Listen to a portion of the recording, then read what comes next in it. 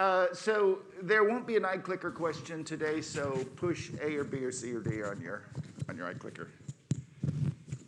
The next 4 lectures are, if you're a person who believes that technology can solve problems, this is where the meat of the course is, okay? And so today's is, in some ways, the most mundane and the most certain. The technology for solving the food, water, and biodiversity crises is so well known as to almost not be technology, right, at this point, right? So it won't sound like a technological stuff. But this is still about implementing some policies and implementing some hardware that will, and practices, that will solve the problems in the sense that I've described them. That will produce enough food for humanity through mid-century, that will provide enough clean water through mid-century, and that will prevent further deterioration of the biodiversity. The next 2 times, I'm going to be talking about solutions, technological solutions for the climate problem, next 3 times.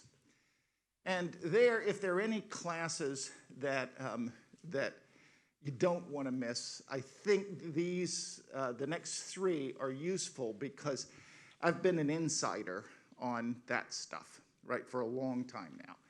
And so some of you may know the role I play in the US government now, but it has been for some time, and most of what's going on right now in those bills came out of a Princeton shop one way or another. And so, I mean, I could talk to you about it offline if you want, but I've led the National Academy studies that have made all the recommendations that are in all those bills. I directly advise the president on these things. So I'm going to talk about how to solve the climate problem if you can build the hardware in time, which you could do technically.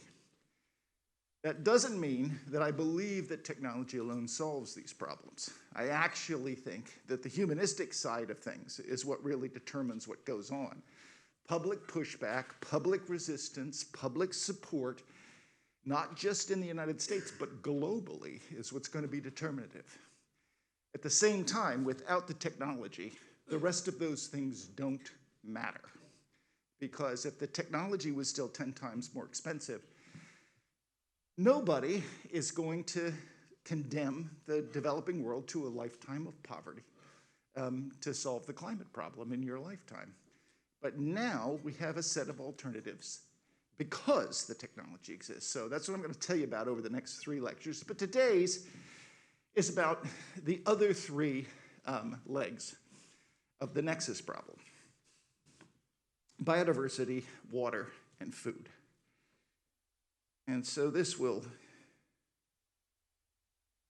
solving the biodiversity problem requires solving the climate and food problems.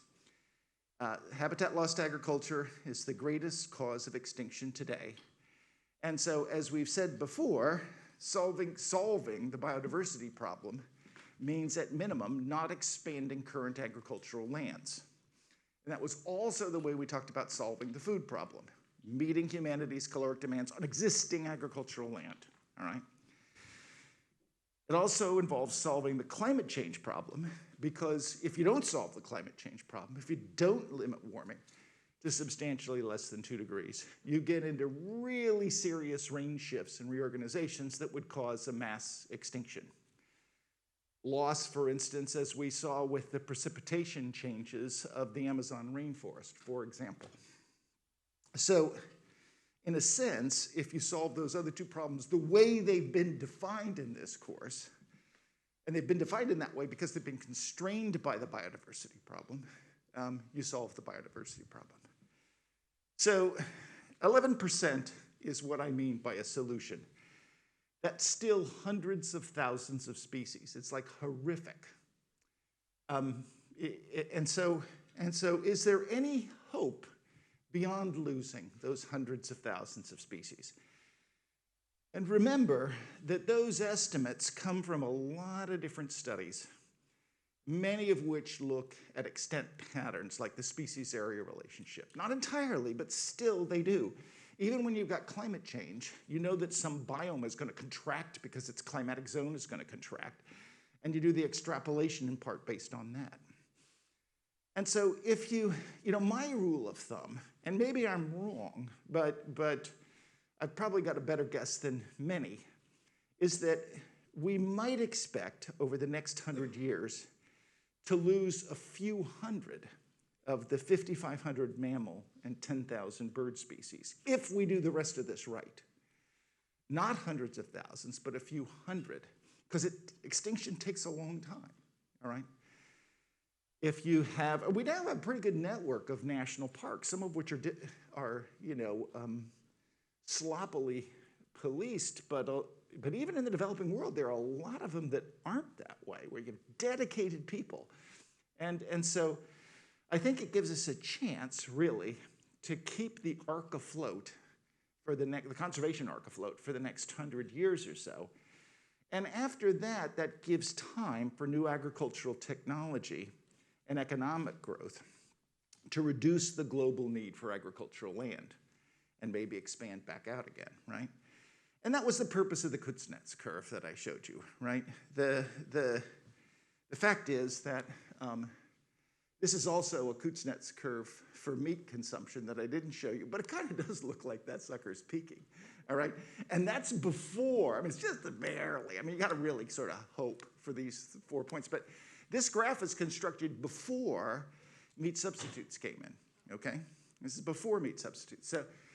So in any case, it looks like, if you sort of add meat substitutes to this, it looks like maybe we might be able to have a technological implementation that would carry us beyond what I've defined as a solution to the climate problem, which is to lose 11% of the species, and really into much, much sweeter territory. That might be as much as 1,000-fold better than that, okay?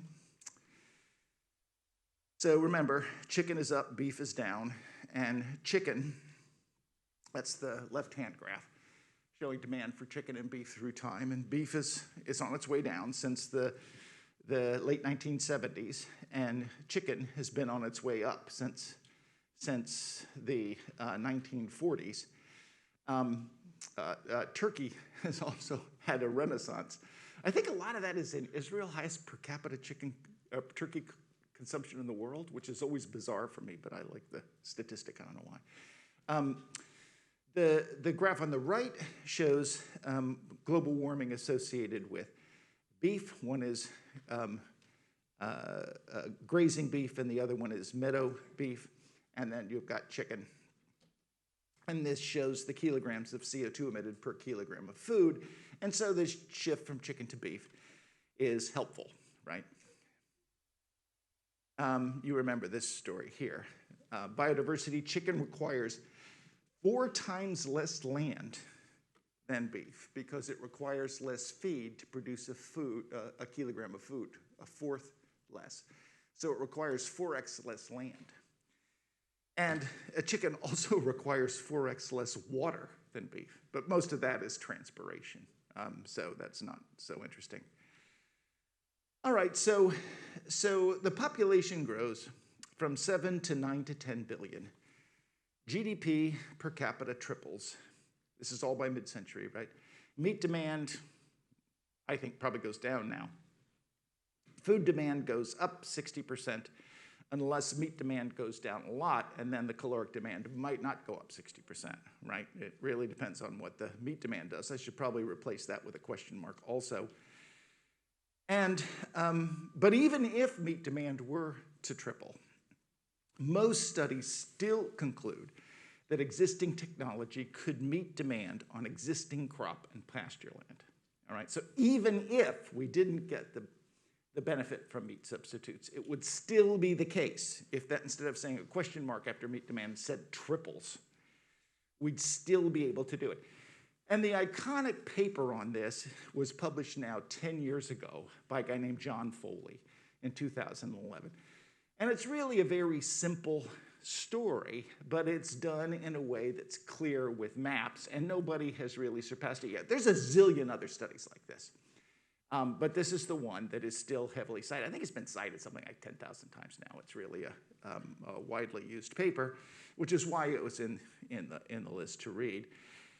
And so he has a solution in 4 parts to the food problem. So the idea is meet the yield increases with today's agricultural land. So the first is a 58% increase in production by closing 95% of existing yield gaps, okay? 95% of existing yield gaps. Now, how do you do that? This shows a distribution of where those yield gaps are. What are the yield gaps? Well, let's take the case of corn. You can see this is the percent of the potential yield attained. So given the current varieties of maize that we have, so for each variety of maize, if you give it ideal conditions, will give you a certain yield per hectare or per acre, right? And 100% of that is that ideal yield under perfect conditions, no disease, abundant water, abundant fertilizer, and so on.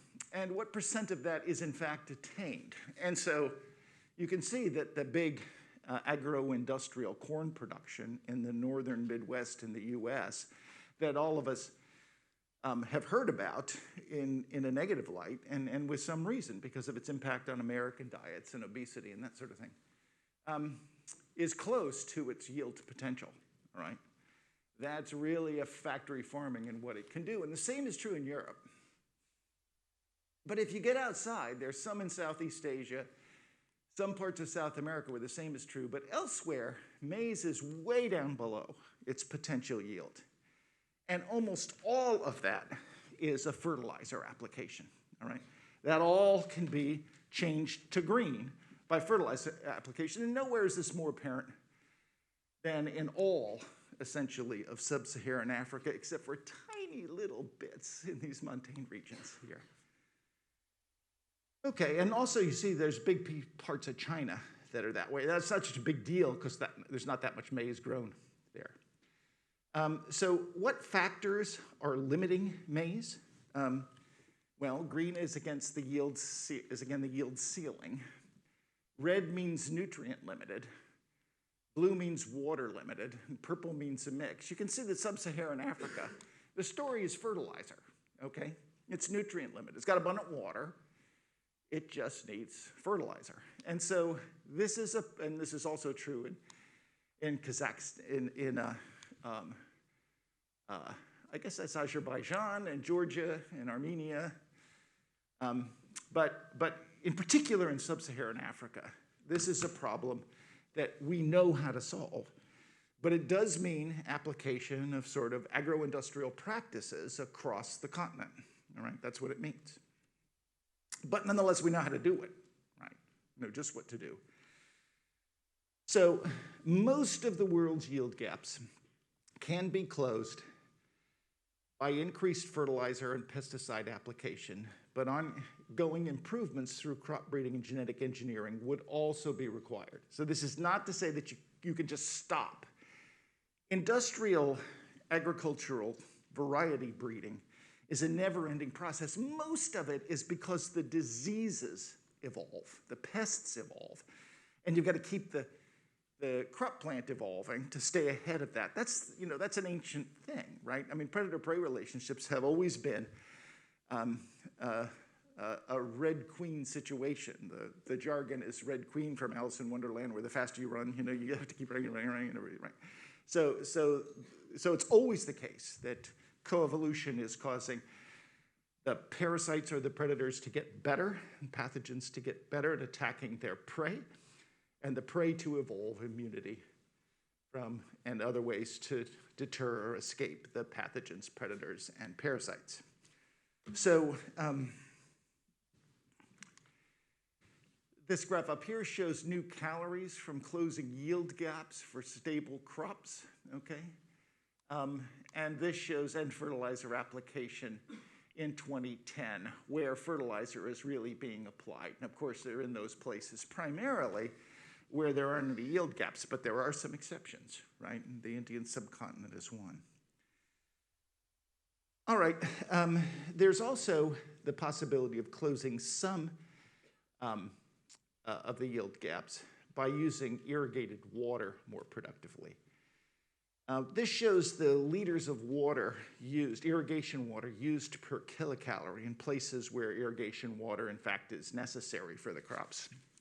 And you can see that in most of the world, there's a little bit here in the American Midwest, but mostly this is a story of the Indian subcontinent, nations of India and Pakistan, with a little bit of Bangladesh thrown in.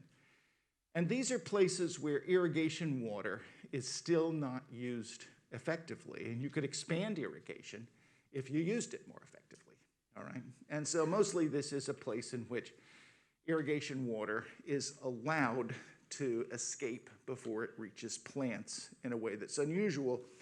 In the US, we have a few places where the existence of aquifers that were deposited deep underground at the end of the Pleistocene 10,000 years ago have kind of been free, and so farmers haven't been very good about not squandering them, all right? So there's a little bit that can be done with irrigation.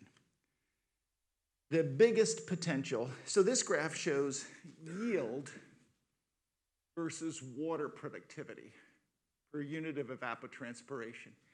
Kilograms of yield for a crop per cubic meter of water versus the yield, okay? And this relationship is curved in this way, and it means that there's this area down here where yields are low, all right? The water productivity is also very low, and that means that that region is really ripe for improvement. All right, it's a limited area of the world, but that's just another way of showing that there exists, for all of these crops, this is maize, wheat, and rice. Most of this is maize and wheat, but wheat, in addition to maize, there's room for improvement in those few places where, in fact, you have irrigated maize. Foley's solution number 2. Again, the first solution is you close 58% of the distance between where we are now and where we need to be in 2050. Well, actually, 58% of where they were in 2011 and 2050, and we're a fair ways along that path already. It was 58% of it was closed by using better technology on existing land. Another 14% of the yield gap is of the availability gap is obtained by reducing food waste. So fully a third to 1/2 of food that is grown is never consumed. And that's like a shocking number to me, all right? That's like a crazy number. This doesn't mean that, it's animal feed that, people could be eating. This is actual food that something was supposed to eat and nothing ever did because nobody harvested it, or because they did harvest it and it rotted on the way to where it was to be eaten, or once it was in the destination where it was to be eaten, something didn't eat it anyway, all right? So this ranges from food waste, fields that were never harvested in time, so the crops rotted on the ground, to the food you left on the plate at the restaurant, all right, that is then thrown out. In developing countries, 40% of the food is lost because of storage and transport problems. So the big loss, all right, of food loss, the biggest single part of food loss there in developing nations is between the field and the fork, all right?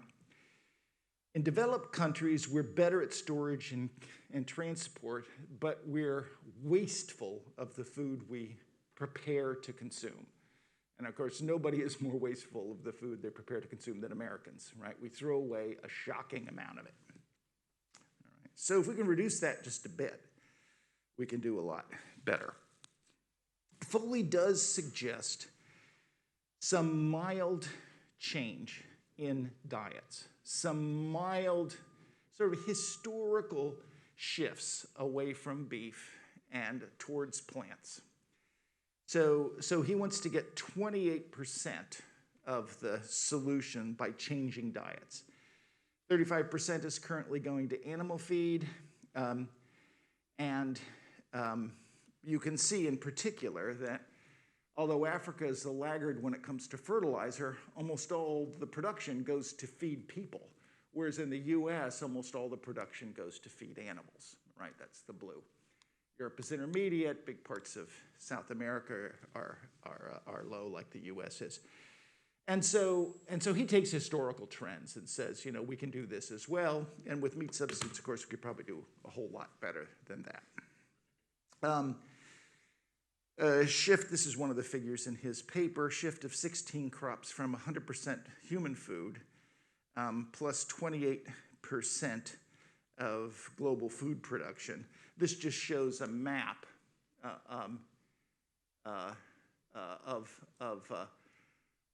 where the big changes will be. So if you increase the productivity and you do the food diet shifts, the big changes are here. That's not as much feedlot beef. Down here, it's mostly a feedlot beef story, but there are some parts of the world, in particular here, where the productivity goes up, and that dominates the expression. Okay, we took a look at this last time. This was from one of the many groups that were forecasting what happens when conventional meat starts to be outcompeted, first by the Impossible Burger, plant-based meats, and then by cultured meats. I don't know what to make of this split. I don't know whether or not cultured meats really take off. Cultured meats are energy intensive. They're water intensive. You got to grow them in a lab. My guess is urban areas, this will be a good thing to do, grow them in warehouses, that sort of thing. Probably be quite a bit of that done. But right now, the story is the yellow here. That's what's really taking off. And so, you know, Foley's analysis in 2011 is predicated on this kind of a forecast where over between 2025 and 2040 alone, you're getting a third growth in meat consumption, all right? A lot more over the period from 2020, or in his case, 2011 to 2050. And so if this doesn't happen, and it doesn't look like it's gonna, and if instead of this happens, you've got a lot more wiggle room in Foley. And this is why I say we can probably do better on the biodiversity problem if this in fact happens. If this happens, biodiversity and climate problems get way easier. Negative emissions by planting forests, biodiversity preserves, all of that gets helped a lot by this trend, more than anything else. This is 1 billion hectares of land that gets freed up, right? Giant map. Remember, croplands alone are only 1,600 million, 1.6 billion. So 1 billion hectares is like most of cropland. All of a sudden you get to do something with. Now, of course, most of that is wet pasture, all right? But still, it's a big deal. So this is why the food problem will be solved by technology, sensible policy, and changes in human behavior that, again, have proved hard to come by. Education hasn't helped much, you know. Infomercials haven't helped much. What you learned in elementary school didn't help much. The social norms that young people in developed countries have developed in recent years have helped a lot, but it's not very widespread on a global scale. Don't know whether or not it's going to go to places where you didn't grow up with widespread availability of meat to eat. But this is happening just because of people's appetites and their desire to spend their money on other things as well. This apparently satisfies the craving and leaves money available for something else, which is why I think this is likely to be the new business as usual.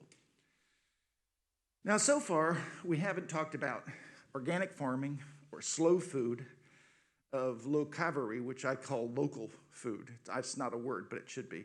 Corn, the problems with corn, the problems with sugar, the problems with obesity, the problems with diabetes, the problem with insecticide applications, the problem with herbicides. I mean, my God. Problem with dead zones in the ocean, genetically modified crop plants, and biofuels.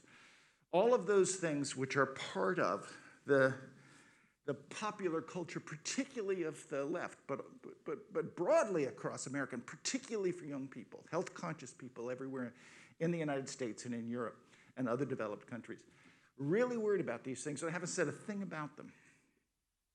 But I will when I talk about the ethics.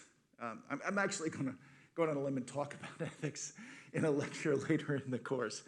And I want to talk about why these things that matter to people, and for good reasons, are in tension with solving the food problem. Another thing that meat substitutes may do is allow more room, reduce the tension between these things, these concerns, which would limit, if you acted on them, would reduce global yields, and the need to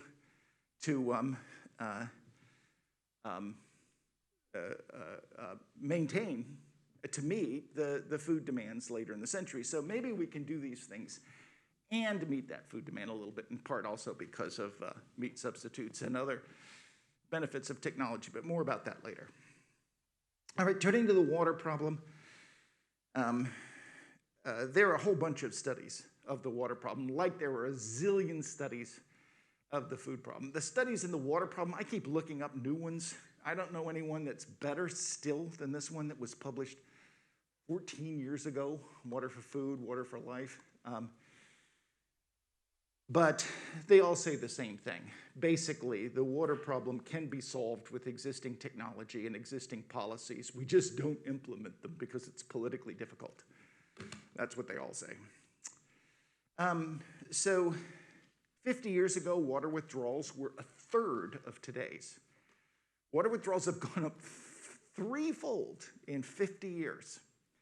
Now, those aren't consumption numbers, those are withdrawal numbers, right? So that includes power plants and stuff like that. But many rivers now, as a result of all this withdrawal and some consumption, don't make it to the sea anymore.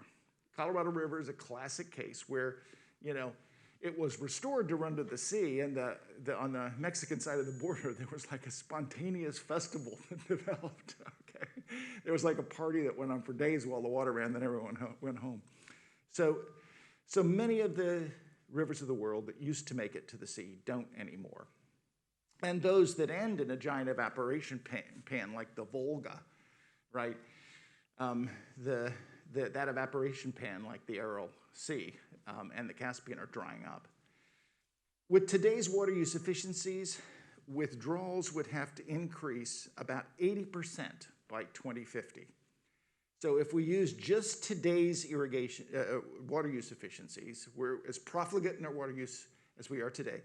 Withdrawals would have to increase by 80% by 2050 from 2007 now, so that's more like half from today.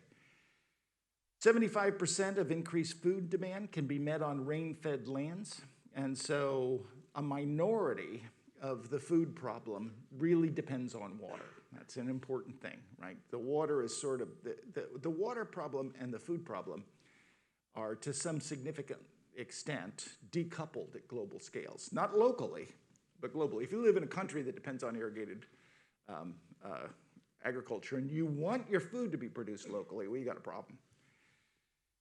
3/4 of the remaining food demand can be met by increasing water productivity on irrigated lands, beyond the 75% that can be met on rain-fed lands where you don't have to really worry about the water supply. This leaves a very small amount, 1/4 of a quarter, that you've got to deal with increased irrigation efficiency. And as you saw, most of that is in India, Pakistan, and Bangladesh, all right? Okay, so this is from Molden's report. There are a bunch of different scenarios that show harvested area of crops, and this is business as usual. This is today. This is a business as usual without any improvement. That's the big increase in water withdrawals here. And then these are various technological scenarios, all right? Now, I show you these not because I want you to remember any of them. I'm never going to ask you on a test how much blue bar and how much green is there and what do they mean, all right? It's just to show you that Here's the so-called comprehensive assessment scenario. Now, if you ever read a report and something is called the comprehensive assessment, if it's got the word comprehensive in it, it means it's what the author really thinks we should do, all right? The rest of them are like straw scenarios. So the comprehensive assessment scenario says this is existing technology, and this is what we would need to do to withdrawals, all right? Increase it a little bit. And that's well within our capacity to do so. And the harvested area here in the comprehensive assessment scenario doesn't go very much. And that's from 2007 to 2050. I mean, that's a long freaking time. All right, so where do you get improvements? So this is from the same study, Scope for Improved Productivity in Rain-Fed Areas. It's real high in sub-Saharan Africa. That's what we showed. No pesticides, no fertilizer. You put them on, the yields go up, the end. All right, that's what that means. There's a little bit in Central Asia and Eastern Europe. You remember that Armenia and Azerbaijan, it looked like there was a little bit that could be done there. A little bit in Central Asia and Eastern Europe. That's the same story I just said. Middle East and North Africa, some. But, and there's a little bit in Asia. But primarily, it's a sub-Saharan African story, all right? If you look at the scope for improved productivity in irrigated lands, this is a South and East Asian story. That's primarily India, Pakistan, Bangladesh. That's what that is, mostly. Scope for irrigated area expansion is very high in sub-Saharan Africa. It's the only place where you could actually increase there isn't an agricultural irrigation infrastructure in Africa, and you could build one, right, in some parts of Africa. There's a really highly developed and ancient irrigation infrastructure all across the Indian subcontinent. It's just not very efficient in its water use. All right. So no new technologies are needed. What does that mean? All right. What does no new technologies needed? Well, if we look at the average efficiency of existing sort of irrigation technologies, the surface flooding is sort of the go-to method that's been in place since the Neolithic era, right? For thousands and thousands of years. What we do is we move water in little canals that get smaller and smaller and smaller, and we eventually flood the field in some way with them, right? And we'll let the water stay, and then we stop it. And that's like a rain event.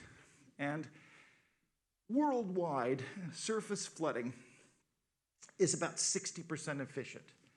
That means if you drop the water on the plant in that way, 60% of it actually goes into transpiration, all right?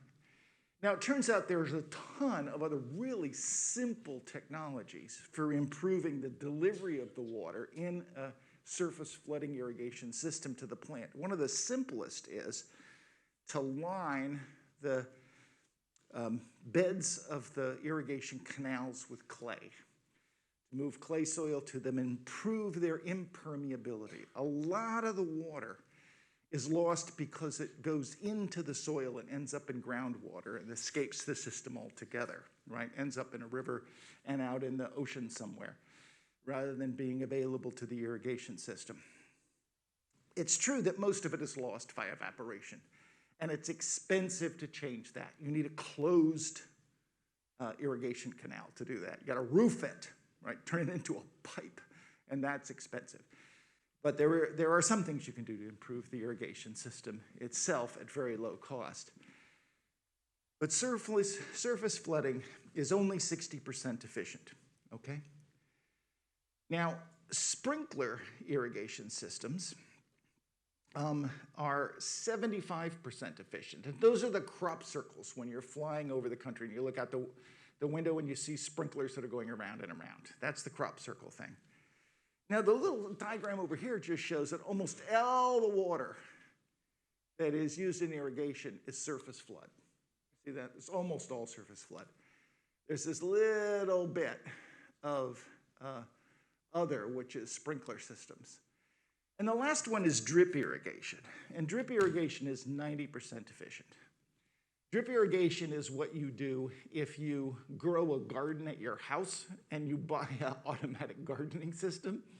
They're little plastic tubes that go down the rows of the plants, and there's a little tiny drip sprinkler at each plant. And there's the system of tubes is connected, via a network to some water source. And there's a really cheap microprocessor controller that delivers the water to those things. And all those little, extremely cheap little plastic valvey things deliver the same amount of water. You can set them. And so the water goes directly on the stem of the plant and gets to the root system. And those are 90% efficient. And so if you need to, you can install drip irrigation. And this is installed in developed countries, in particular in the Negev, for instance, if you go to Israel, but other places in dry places where there's a lot of capital laying around. Drip irrigation actually pays. Desalination is something people always ask about. Couldn't we desalinate seawater? Desalination has gone way cheaper, okay, as membrane systems. Technology has really improved the cost of desal, but not so much that it's easy to use for irrigation. It's improved it for use as human water sources, for drinking, cooking, even for bathing, but not for irrigation, which is so water use intensive. Over $14,000 for a meter of water over a hectare. So $14,000 for 2 acres, which basically cancels the productivity of just about any crop there is. So you just can't do it. Moshe Dayan, who is an Israeli general, famously said, they thought, the question was always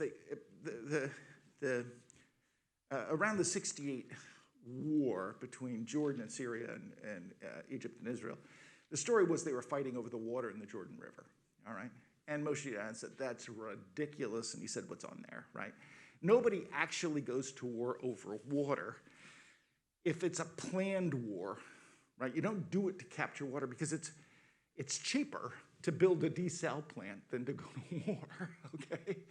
And building a desal plant makes no sense economically. Better to buy the food on the open market. That's not to say that there won't be conflict fought over wars. We'll have a whole lecture where we look at the relationship between climate change, extreme weather events, including drought and violence, and they're tight.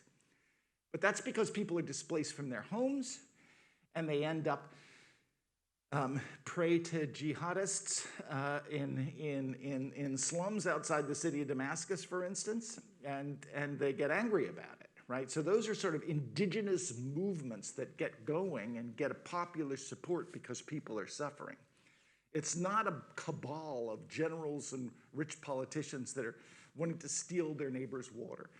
You get an economist in there and they say, that's the stupidest thing I ever heard in my life because it's way too expensive. Crop breeding and genetic engineering is something we haven't even talked about. This is a big area of interest. Maybe it'll deliver something magical, but so far, what's really happened in the food system, as I've said a million times, is meat substitutes and not that. The impediments are political, not technological. And one of the best examples is the basin of the Colorado River, which, as I said, no longer makes it into the ocean, but used to.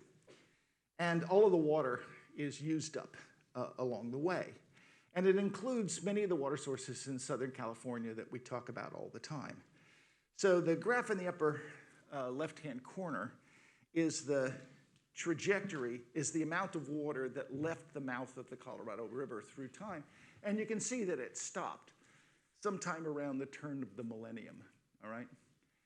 In 2014, as I said, as a stunt, EDF and other environmental organizations arranged for some of the wealthy landowners not to use all their water, and it made it to the sea. Just they wanted to see what would happen, and that's what happened. And then, as I said, a multi-day festival organized itself. If that ever happens again, you should think about going. It sounds like it would be a good time. All right. Anyway, this is the story here, and the problem is not that all the water is used profitably. The problem, historically, is that water users, irrigation water users in this area have historical water rights. And those historical water rights typically, that goes with the land. You have an allotment of a certain amount of water you're allowed to withdraw for irrigation from the Colorado River or its systems, or its tributaries. And that water right is typically not transferable to anyone else. You can't sell it. You can't sell the water. And many of them have use it or lose it rules, which means that if you don't use your allotment, it reverts to the state to give to someone else. So that's just a recipe for wasting water that you don't need. There's no incentive for improving, reducing your water use. If instead you could sell your water to somebody else in any particular year, you would have an enormous incentive to increase the water use efficiency of your irrigation system, right? The irrigation and the water use efficiency of your agricultural production. But instead, as long as you've got use it or lose it laws, it's not going to happen. There's a big part of Southern California that grows alfalfa, about the hungriest water-using crop there is. And the reason for that is, let me get this, see if I can get this right. During the construction, some big federal construction project, the feds made a mistake, and I think it was the Colorado River, a piece of it, got out of its banks and formed a thing called the Salton Sea that you can still go to. It flooded this gigantic area with no outlet. And they didn't know how to stop it. They couldn't stop it. They got the river in the wrong place. So the only outfit with the big enough sort of bunch of hardware to fix the problem was a railroad company. And so they said, okay, we'll put the river back, but you have to give us water rights. And they then sold those water rights to wealthy landowners, and they all have all this historical use it or lose it things in it. And so the landowners grow alfalfa just to get rid of their water, all right? And so there is actually a group of Silicon Valley investors who are trying to raise a bond to buy the whole thing and restart the Colorado River doing it. Lake Mead, which is part of this story, has been in the news lately. Lake Mead used to have intakes. That's where Las Vegas, for instance, gets all of its water.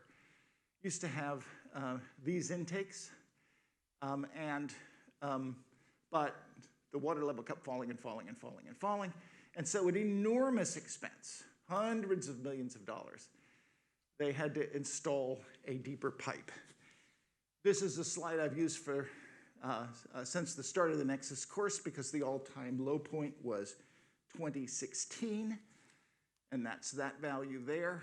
It's just under 1,075 feet above sea level, or that's a height above something.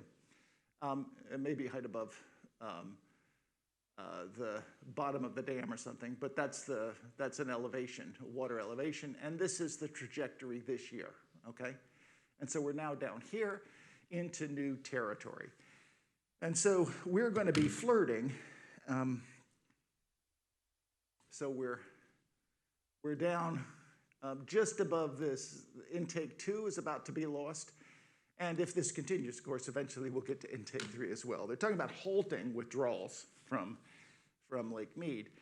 And if that happens, of course, urban areas are really in serious trouble, right? And the only way to stop it, if the water supply doesn't recover, is to reduce irrigation water, because that's where the action is. So there's a fight brewing between farmers and urbanites.